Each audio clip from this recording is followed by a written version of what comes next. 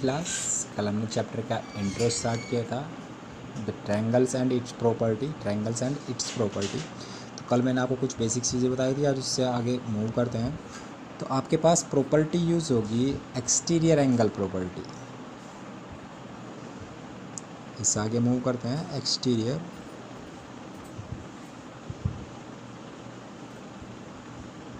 Angles property.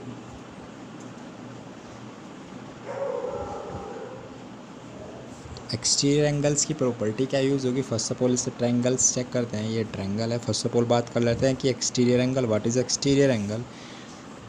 ए B C. तो अगर मैं इस सी जो वर्टेक्स है, ये जो लाइन है बी सी, इसको अगर मैं आगे एक्सटेंड करूँ, ये मैंने एक्सटेंड कर दी, तो ये जो आउटर एंगल होगा, ये एंगल मेरे पास क्या होगा? Exterior angle. अगर मैं सेम ऐसे एक इमेज फिर से बनाऊँ, अगर अब की बार मैं इस वाली लाइन को मूव कर दूँ तो ये वाला एक्सटीरियर। तो जिस भी वर्टेक्स को मैं आगे मूव करूँ, जैसे मैंने इस वर्टेक्स को आगे मूव किया, या सेम अदर से एक सेकंड इमेज बनाते हैं, इसको मैंने यहाँ पे एक्सटेंड करा तो ये एक्सटीरियर एंगल, या मैं इस लाइन को एक्सटेंड कर दिया तो ये वाला एक्सटीरियर एंगल। जो भी आउटसाइड में होगा, जैसे सी वर्टेक्स है, ट्रायंगल क्लोज है, अगर इनसाइड में एंगल है तो इंटीरियर एंगल है, इनसाइड में तो इंटीरियर एंगल है, आउटसाइड में तो एक्सटीरियर एंगल है। क्लियर है? ये चीज़ आपको पहले भी क्लियर होगी। अगर नहीं क्लियर है तो हमेशा ध्यान रखना, अगर कोई इमेज है, उस इमेज का जो इनर साइड का एंगल होगा इंटीरियर, आउटसाइड का एंगल होगा तो एक्सटीरियर एंगल। तो ये मेरे पास क्या है? Exterior angle. अगर मैं इसको इनके नेम पुट कर लूँ, 1 2 3 और ये मेरे पास 4। अभी इन फोर्थ एंगल की बात कर रहे हैं। तो अगर मैं एक्सटीरियर एंगल मुझे डिफाइन करना है, एक्सटीरियर एंगल डिफाइन करना, तो एक्सटीरियर एंगल की प्रॉपर्टी, एक्सटीरियर एंगल किसके इक्वल होगा? Exterior angle is equal to sum of opposite interior angle, sum of opposite interior. ये मेरे पास एक्सटीरियर एंगल है। अब अपोजिट्स में ये वाला चेक नहीं करना है कि 4 का अपोजिट 3, नहीं, ये मेरे पास अपोजिट्स नहीं होगा, क्योंकि अपोजिट्स क्या जो इसके बैक साइड में 1 और 2। तो angle 4 equal to angle 1 plus angle 2। ये कंडीशंस होगी मेरे पास एक्सटीरियर एंगल के लिए। एक्सटीरियर एंगल्स की प्रॉपर्टी क्या होगी? Exterior angle is equal to sum of opposite interior angle, opposite interior angle, sum of दोनों एंगल्स का सम। जैसे क्वेश्चंस के लिए चेक कर ले कि क्वेश्चंस किस टाइप से आएंगे, एग्जांपल से आपको ज़्यादा क्लियर हो जाएगा।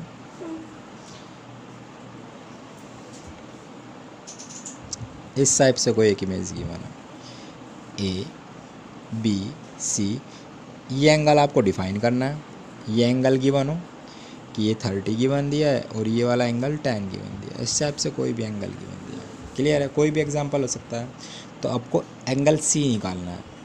क्वेश्चन मार्क दिया है तो एंगल आपको डिफाइन करना है, तो आप फॉर्मूला लिखेंगे, sum property of exterior angle, property of exterior angle. और प्रॉपर्टी क्या होती है? एंगल सी या angle question mark is equal to 30 plus 10, दोनों का आप ऐड करेंगे तो कितना आ जाएगा? 40। क्वेश्चन मार्क की वैल्यू आपके पास कितनी जाएगी? 40। इस टाइप से, या ऐसा हो सकता है कि क्वेश्चन में इसकी वैल्यू दे दे,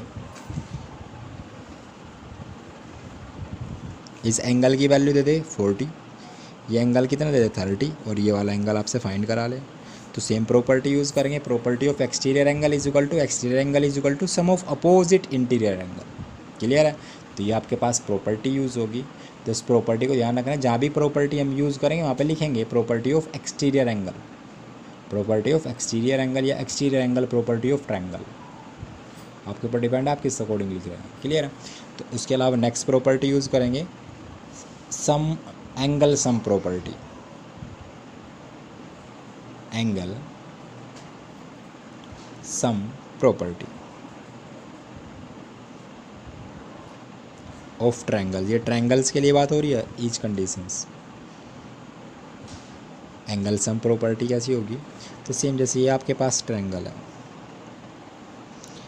ये एंगल 1 2 एंड 3, ये कितने एंगल्स हैं? 3 एंगल्स हैं मेरे पास, एंगल 1 एंगल 2 एंगल 3। तो एंगल सम प्रॉपर्टी क्या होगी? Angle 1 plus angle 2 plus angle 3 is equal to 180। Triangles के तीनों एंगल का सम ऑलवेज 180, तीनों एंगल्स का सम 180 हो, कभी भी 180 से ग्रेटर नहीं हो। Sum of sum property, sum angle sum property of triangle. तो एंगल सम प्रॉपर्टी क्या डिफाइन करती है, sum of all interior angles पे, इंटीरियर एंगल्स ही तो है, sum of all interior angle is equal to 180, sum of all interior angle in triangle is equal to 180। तीनों angles का सम कितना होगा, 180। क्लियर है। तो ये कंडीशंस भी आपको क्लियर होगी। टू एंगल्स ऐसा हो सकता है क्वेश्चन में टू एंगल गिवन दे दे, थर्ड वाला आपको फाइंड करा ले, इक्वल रखेंगे, सेम लिखेंगे, sum property of angle property of triangles is equal to 1, तीनों एंगल्स का sum is equal to 180। Questions में आएंगे, क्वेश्चंस के अकॉर्डिंग मैं आपको ये चीज़ें बताऊंगा। क्लियर है। उसके बाद ट्रायंगल्स की एक प्रॉपर्टी और यूज़ होती है कि ये मेरे पास एक ट्रायंगल गिवन है, ए बी सी से एक ट्रायंगल गिवन है। तो मैंने कहा इसकी प्रॉपर्टी क्या होगी, ट्रायंगल्स की एक प्रॉपर्टी होती है कि तीनों थ्री साइड्स हैं, one side, two side, three side. तो अगर एनी टू साइड्स का मैं सम करूँगा वो ऑलवेज भी greater of third side. Triangles की एनी टू साइड्स, कोई भी टू साइड्स आप यूज़ कर सकते हो। जैसे फॉर एग्जांपल मैं यूज़ कर रहा हूँ A B and B C. A B और बी सी का सम ऑलवेज भी ग्रेटर, किससे ग्रेटर होगा, ए सी। थर्ड साइड क्या है, ए सी। या मैं बोल सकता हूँ मैंने कहा कि ए बी नहीं यूज़ करनी है, अब की बार ए सी यूज़ कर लो, तो आप ए सी भी यूज़ कर सकते हो। ऐसे नहीं कि मैंने कहा है ए बी और बी सी ही यूज़ करनी है, आप कोई भी साइड यूज़ करो, एनी टू साइड्स, ए सी और बी सी यूज़ कर लो, ए सी प्लस बी सी। इन दोनों का सम फिर भी किससे ग्रेटर होगा, ए सी से। या कोई अदर साइड आप यूज़ कर लो, सॉरी ए सी नहीं, ए बी से, ए बी से, क्योंकि टू ए सी तो आपने यूज़ कर ली। तो ट्रायंगल्स की एनी टू साइड्स, कोई भी टू साइड्स का सम ऑलवेज भी ग्रेटर ऑफ थर्ड साइड। तो ये प्रॉपर्टी भी आपको ध्यान रखनी है। ये प्रॉपर्टी है ट्रायंगल्स की कि कोई भी टू साइड्स का सम, एनी टू साइड्स, कोई भी टू साइड आप चूज़ कर सकते हैं, उन टू साइड्स का सम आप यूज़ करेंगे तो वो ऑलवेज भी greater of third side. Clear है। उसके बाद एक पाइथागोरस थ्योरम यूज़ होगी, उससे पहले राइट एंगल ट्रायंगल चेक करते हैं। तो राइट एंगल ट्रायंगल मैंने आपको कल भी क्लियर किया था। उसके बाद आपके पास पाइथागोरस थ्योरम आएगी, प्रॉपर्टी या थ्योरम बोल सकते हैं, प्रॉपर्टी या थ्योरम।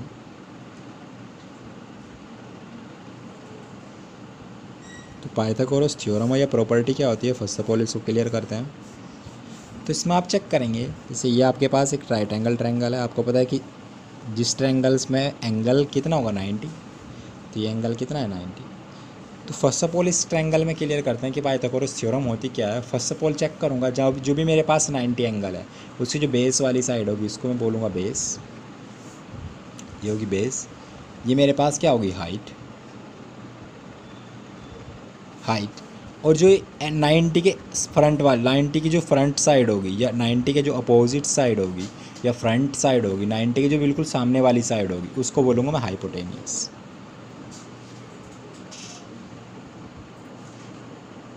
ये मेरे पास क्या होगी, हाइपोटेनियस। क्लियर है। तो ये चीज़ें ध्यान रखनी है, height, base and hypotenuse, height, base and hypotenuse. तो अब प्रॉपर्टी क्या यूज़ होगी, जैसे मैं इसका नेम पुट करूँ ए बी सी, तो पाइथागोर इन चीज़ों का टर्म कहाँ पे यूज़ होगा, देखो ये तो क्वेश्चन में इस टाइप से मिलेगा आपको कि ए सी मीन्स हाइपोटेनियस का square is equal to A B का स्क्वायर प्लस बी सी का स्क्वायर, या इसको इस टाइप से भी लिख सकता है, A C is equal to under root A B का स्क्वायर प्लस बी सी का स्क्वायर। तो पाइथागोरस थ्योरम क्या होगी, जो ग्रेटर साइड हो, जो 90 के फ्रंट साइड है, उसको क्या बोलूँगा, हाइपोटेनियस। तो हाइपोटेनियस का square is equal to height का स्क्वायर प्लस बेस का स्क्वायर, हाइट का स्क्वायर प्लस बेस का स्क्वायर। तो अगर मैं इसको चाहूँ मैं ऐसे भी लिख सकता हूँ, हाइपोटेनियस का square is equal to height का स्क्वायर प्लस बेस का स्क्वायर। क्लियर। तो ये चीज़ें ध्यान रखनी है, ये प्रॉपर्टी यूज़ होगी। और ये थ्योरम इम्पोर्टेंट थ्योरम है। इस थ्योरम के आपके पास क्वेश्चंस यूज़ होंगे कि कोई भी ट्रायंगल दे दे, कोई क्वेश्चन में किस टाइप से देगा कि आपके पास ए सी की वैल्यू आपको डिफाइन करनी है, ए बी और बी सी की वैल्यू गिवन दे दे, या ए सी डिफाइन करनी है, आपके पास भाई ए सी डिफ़ाइन करनी है, या ऐसा हो सकता है कि आपको हाइट डिफ़ाइन करनी हो, ए बी की वैल्यू डिफ़ाइन करनी हो और आपको ए सी और बी सी की वैल्यू दे दे, तो उस टाइप से आपको वैल्यू पुट करनी है और वैल्यू चेक करनी है। तो आज ये प्रॉपर्टी कंप्लीट होती है। तो आज यहीं तक ही रहने देते हैं, मिलते हैं नेक्स्ट वीडियो में नेक्स्ट क्वेश्चंस के साथ। तब तक के लिए बाय बाय।